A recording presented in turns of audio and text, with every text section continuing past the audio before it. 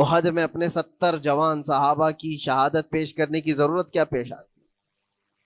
اور اسی طرح سے خیبر ہو کہ حنین ہو کہ طائف ہو، کتنی جنگیں ہیں جس میں اپنی جان کی بازی لگائی صحابہ نے۔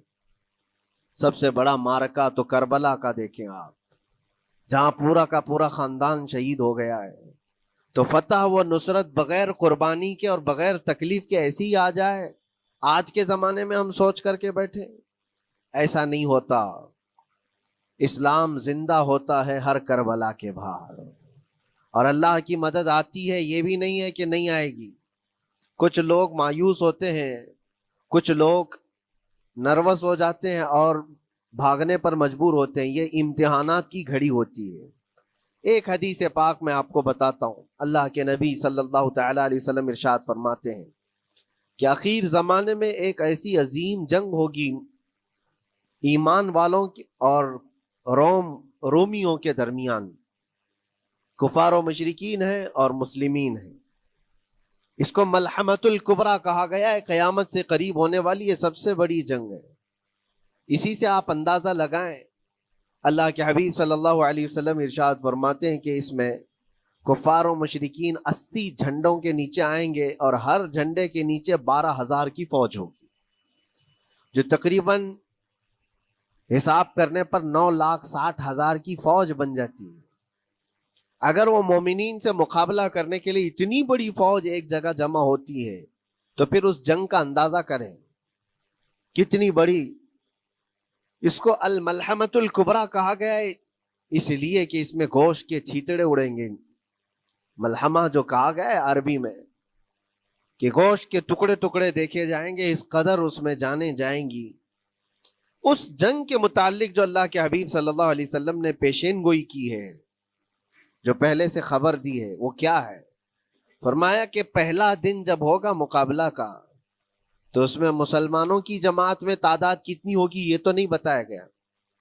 کفار و مشرکین کے تو بتا ہے کہ 80 جھنڈوں کے نیچے آئیں گے، لیکن مسلمان اور مومنین جو لڑ رہے ہیں ان کی تعداد کا کوئی علم نہیں ہے ہمیں، لیکن یہ پتا ہے کہ ان میں سے 1/3 ایک پوری جماعت کا 1/3 حصہ میدان چھوڑ کر بھاگ جائے گا۔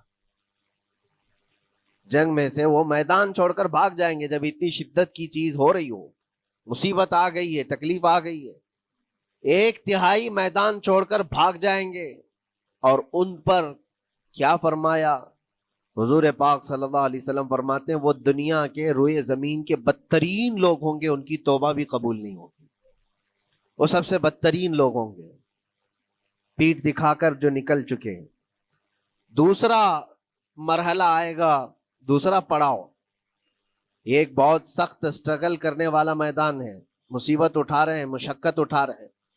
دوسرا دن ایسا ہوگا کہ مومنین کی جماعت کا 1/3 1/3 حصہ شہید ہو جائے، قتل ہو جائیں گے۔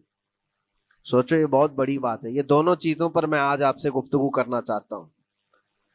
1/3 حصہ میدان چھوڑ کر بھاگ جا رہا ہے اور 1/3 حصہ قتل ہو گیا، شہید ہو گئے۔ بچے کتنے ہیں؟ 1/3۔ لاسٹ میں 1/3 حصہ بچا ہے، یعنی ایک میں اگر 3 پارٹ کریں تو 2 پارٹ تو ختم ہو گئے، 1 پارٹ بچا ہے۔ اور اللہ کے نبی صلی اللہ علیہ وسلم فرماتے ہیں اللہ رب العزت اس آخری 1/3 حصے کو فتح مبین عطا فرمائے گا۔ فتح تو ہے ان کی، فتح ہوگی ان کی، لیکن جو حصہ بچا ہوگا وہ آخر کا 1/3 حصہ ہوگا۔ اب اس پر مجھے عرض یہ کرنا ہے، مومنوں کو اگر فتح دیکھنا ہے، اللہ کی نصرت اور مدد دیکھنی ہے، تو یہ 2 چیزیں تو برداشت کرنی پڑیں گی۔ کون سی؟ پہلی چیز اپنوں کا چھوڑ کر بھاگ جانا، اور دوسرا اپنوں کا اپنے سامنے مر جانا۔ یہ دونوں چیزیں ہمیں دیکھنا پڑے گا۔ بہت سارے ایسے ہوں گے جو چھوڑ کر جا چکے ہوں گے، دامن چھڑا رہے ہوں گے، بھاگ چکے ہوں گے، اور کچھ وہ ہوں گے جو لڑتے لڑتے اپنی جان دے چکے ہوں گے۔ یہ دونوں بھی بہت سخت مسئلے ہیں میرے عزیزوں، انسان کو یہ پگھلا دیتی ہیں چیزیں۔ اگر آپ کو ایسا لگے کہ میرے اپنے جاننے والے لوگوں میں سے کچھ لوگ مجھے چھوڑ کر بھاگ جا رہے ہیں، تو یہی انسان ٹوٹ جاتا ہے، اس کے دل کی کیفیت بدلنے لگ جاتی ہے۔ وہ پھر مایوسی کا شکار ہونے لگتا ہے.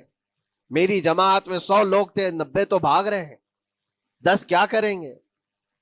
اس کا اندر سے جو عزم تھا، حوصلہ تھا، وہ ڈاواں ڈول ہونے لگ جاتا ہے. اپنوں کا چھوڑنا یہ بہت بڑی آزمائش ہوتی ہے. وہ کسی بھی میدان میں آپ دیکھ لیں، کسی بھی میدان میں اپنے لوگ اگر چھوڑ دیتے ہیں تو یہ اس کے لیے آزمائش ہے بہت بڑی. اور دوسری آزمائش تو یہ ہے، بچے آدھے تھے، اس میں سے تو آدھے انتقال کر گئے. کبھی میرا عزیز دوست، کبھی میرا عزیز مشورہ دینے والا مشیر، کبھی بہت زیادہ مجھے سپورٹ کرنے والا، ایسے لوگ جب انتقال کرنے لگ جائیں تب پھر آدمی پھر ٹوٹ جاتا ہے. کچھ تو بھاگ گئے اور کچھ تو قتل ہو گئے، میں کیا کروں گا؟ میرے عزیزوں، جو اخیر میں بچنے والے لوگ جو ہوتے ہیں نا، وہ معمولی نہیں ہیں. وہ اللہ کی ذات پر سب سے زیادہ توکل کرنے والے لوگ ہیں. ان کو کوئی چیز ہٹا نہیں سکتی.